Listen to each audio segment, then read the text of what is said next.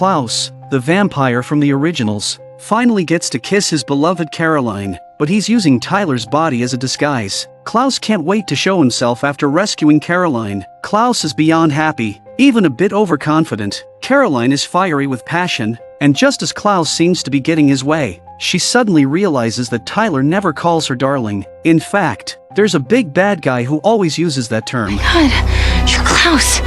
You're disgusting. And you're a glorious kisser. Klaus feels wronged. It was you who kissed me forcefully and tore my clothes off. And now you're blaming me. Caroline demands that Klaus switch Tyler back, while Klaus is fed up with this weak body. Meanwhile, Pastor Young isn't making things difficult for Elena. He's actually treating her well with food and drink. However, Elena's unusual behavior raises his suspicions. Unable to suppress her bloodlust, Elena escapes at any cost, but even the sunset is blinding.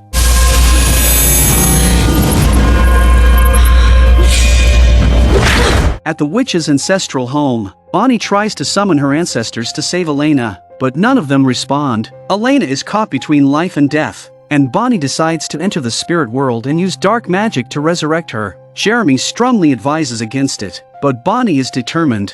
Do you want Elena back or not? Bonnie plunges into the realm of dark magic. On the other side, Elena, Stefan and Rebekah are imprisoned in a pasture. Elena is growing weaker and finally craves blood. Rebekah instantly recognizes Elena's condition and sarcastically remarks, "You've got maybe 3 hours left. I'll get to watch you die again." Stefan humbly pleads with the guard to save Elena. The guard's answer is simple and rude.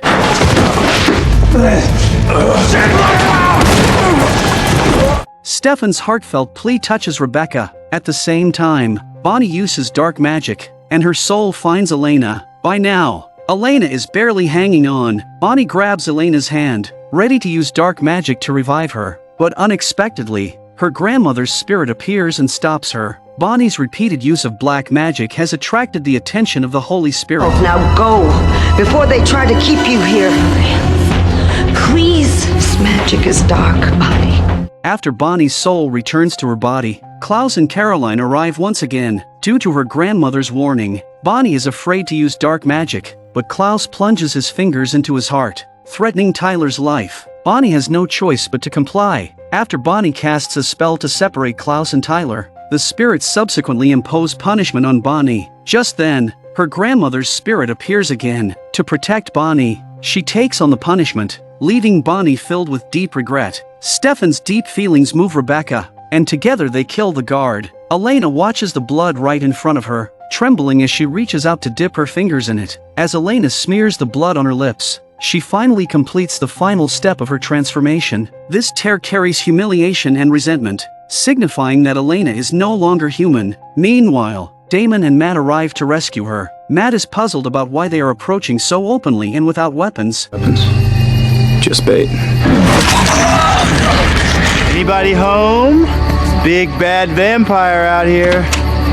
Damon is audacious, almost like a living target, but this is his bait to lure the enemy. After taking care of the guard, Damon turns on Matt again, who is desperate for death. Damon won't hold back just because of his guilt. Just as Matt is about to lose consciousness, a figure teleports and tackles Damon. It's vampire Elena. Although Matt is saved, Elena's transformation into a vampire only makes him feel guiltier. Stefan heals Matt with blood, but Matt doesn't appreciate it. Stefan angrily berates Matt for his foolishness, saying Elena sacrificed herself to save him, yet he doesn't cherish his own life. Stefan's words awaken Matt to the reality of the situation. On the other side, Damon feels no remorse for his actions. Since Elena has saved herself, he plans to leave. Unexpectedly, Elena tells Damon that she remembers everything. Damon freezes at her words. Elena knows that Damon was actually the first person she met, and she asks Damon why he didn't tell her. Damon sadly responds that telling her wouldn't change anything. Love doesn't have a sequence. Elena understands Damon's grievances, but he shouldn't take his anger out on others. This is her choice. Though she already knows the answer, Elena still questions Damon about what would have happened if it were Damon who came to rescue her that night, and she asked him to save Matt first. I would have saved you. In a heartbeat, no question. Matt would be dead. But you wouldn't be. What would his choice be?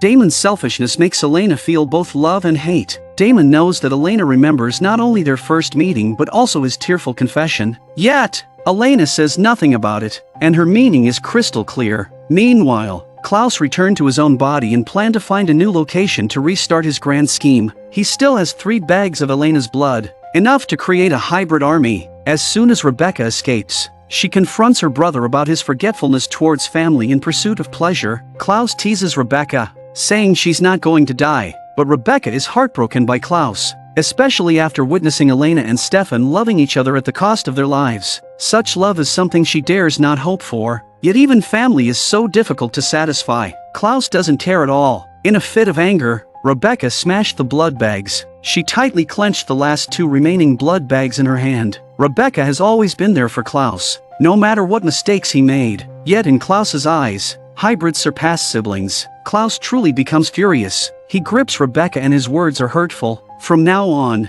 you are no longer my sister." With that, he snaps Rebekah's neck. As dawn breaks, Elena and Stefan sit on the rooftop, transformed into a vampire. Elena feels both anxious and hopeful. Stefan promises to help her manage her blood cravings. Using Caroline as the best example, the sun is about to rise, and Stefan pulls out the daylight ring that Bonnie made for him in advance. One day at a time. That morning, Pastor Young gathers all the council members under the pretense of distributing verbena. He secretly turns on the gas and locks the doors and windows, leaving everyone confused. We are the beginning.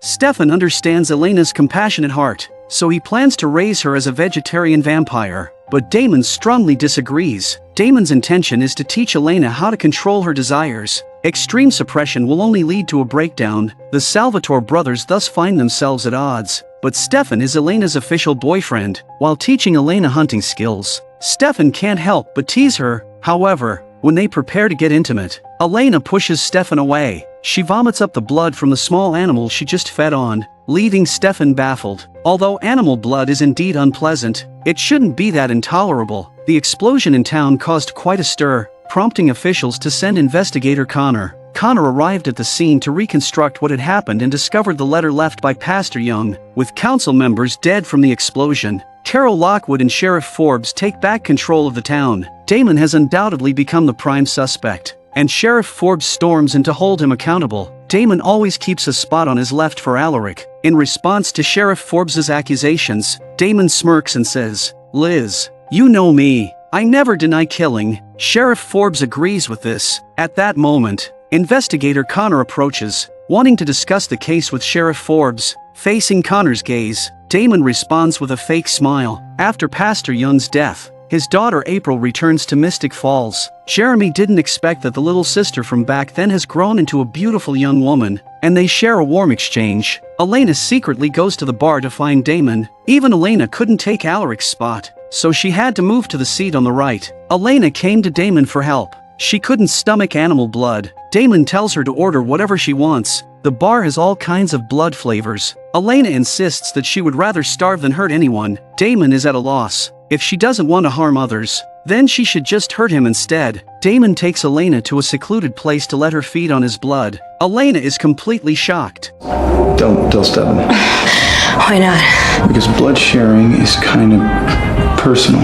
This act in the vampire world is considered flirting, and Damon naturally doesn't want his brother to find out. Elena is so starved that she greedily sucks on Damon's hand. Damon, meanwhile, appears to be enjoying it, gently stroking Elena's hair. Meanwhile, Connor arrived at Carol's house, greeting her warmly and eager to shake hands. Out of caution, Carol doesn't invite Connor inside, but his impolite entry makes her doubts dissipate. Tyler rushes over at the sound, and Connor again approaches him with a friendly handshake. After shaking hands, Tyler's expression turns pained, and Connor's face darkens. Connor's gloves are coated with verbena. No wonder he wants to shake hands with everyone. It turned out that he was screening the other person's identity. Without hesitation, Connor pulls out a gun and shoots Tyler, who escapes through the window. Afterwards, Caroline took Tyler to Stefan to heal his wounds. Stefan discovers that the wooden bullet is specially designed and has mysterious patterns on it. If Tyler were just an ordinary vampire, he would likely be dead by now. This investigator's identity is not simple. The next day, the town holds a memorial for the victims. Elena wore a pale pink dress and looked melancholy,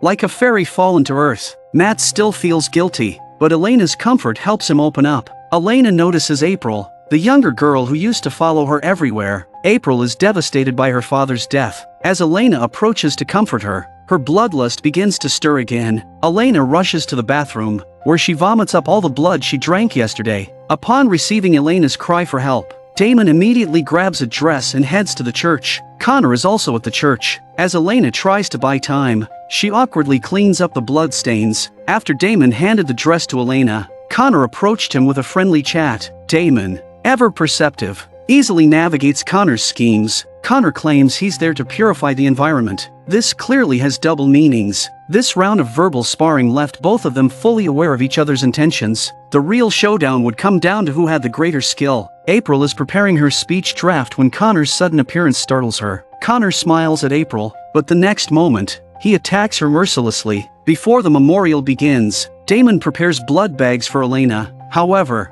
Elena can't stomach the old blood either. As soon as it hits her throat, she vomits it back up. Damon is baffled. Rejecting animal blood is one thing, but why can't Elena even handle human blood? He's never seen anything like this before. Stefan observes this scene, and when Elena enters the church, he questions his brother about what's in the bag. Stefan's gaze is piercing, forcing Damon to confess that he wants to help Elena manage her cravings in his own way. Only then does Stefan learn that Elena has been vomiting blood for the past few days. Stefan ponders this with concern. As the memorial begins, everyone notices April's absence. As the pastor's daughter, she should have been the first to speak. They didn't know that Connor had already tied April up on the second floor and was bleeding her. He plans to use the scent of blood to test the crowd below. Noticing that April was delayed in arriving, Elena took the stage to deliver the eulogy instead. At this moment, Damon also enters the church. As Elena takes the stage, the smell of blood stirs her cravings. Damon and the others also catch the scent but dare not turn around. It's a vampire hunter's trap. Elena fights to suppress her bloodlust. Connor had his weapon trained on her, just waiting for Elena to show any sign of weakness. At that moment, Stefan stepped onto the stage to help Elena out of the situation. Next, everyone stands and begins singing hymns. Matt volunteers to let Elena drink his blood. Matt and Elena embraced, and on the second floor, Connor hesitated to pull the trigger due to his uncertainty. To turn the tables, Tyler stands up to speak, using himself as bait since he has faced Connor before. A community of giving yourself up for the sake of it. Tyler's words fit the moment perfectly. The frightened townspeople scatter in panic. Tyler dares to be bait because hybrids are stronger. Only a heart extraction or decapitation can kill him. Damon and Connor engage in a confrontation, discovering that Connor's strength rivals that of a vampire. If Stefan hadn't arrived in time, Damon might have been in serious trouble. As Elena prepares to save April, her bloodlust surges again, but thankfully Caroline intervenes just in time. Caroline first uses her blood to heal April, then guides Elena on site, helping her erase April's memories. Later, Connor goes to a bar to drink. When he notices the band-aid on Matt's neck, he realizes he's been played. Jeremy spots Connor's tattooed arm and comments on how cool the tattoos are, surprising Connor and making him glance at Jeremy a few more times. You didn't see his tattoo? It was huge. He didn't have a tattoo. Yeah, he did. After returning to his RV, Connor hurriedly checks the letter Pastor Young left for his daughter, April. It turns out the explosion was premeditated by Pastor Young. It was a sacrifice.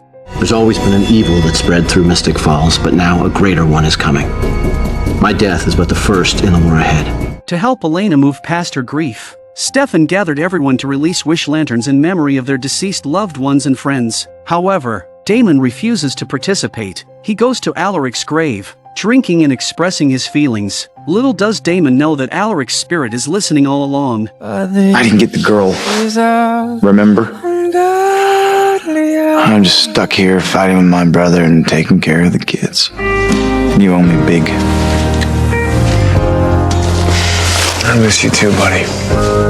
Klaus returned with his hybrid army, and this time, he came to protect Tyler. Last night, vampire hunter Connor attacked Tyler again and drained him of a vial of wolf's bane. Since Elena became a vampire, Klaus can no longer create hybrids, so protecting the few remaining hybrids is his duty, even though Tyler has betrayed him in the past. This is the kingly style of Klaus. The Salvatore brothers had made a pact. No matter which one Elena chose, the other would leave town. Elena has now chosen Stefan, and Damon assures Stefan that he will leave Mystic Falls once he has killed the vampire hunter. However, Stefan wants his brother to stay. Why don't you stop being dramatic?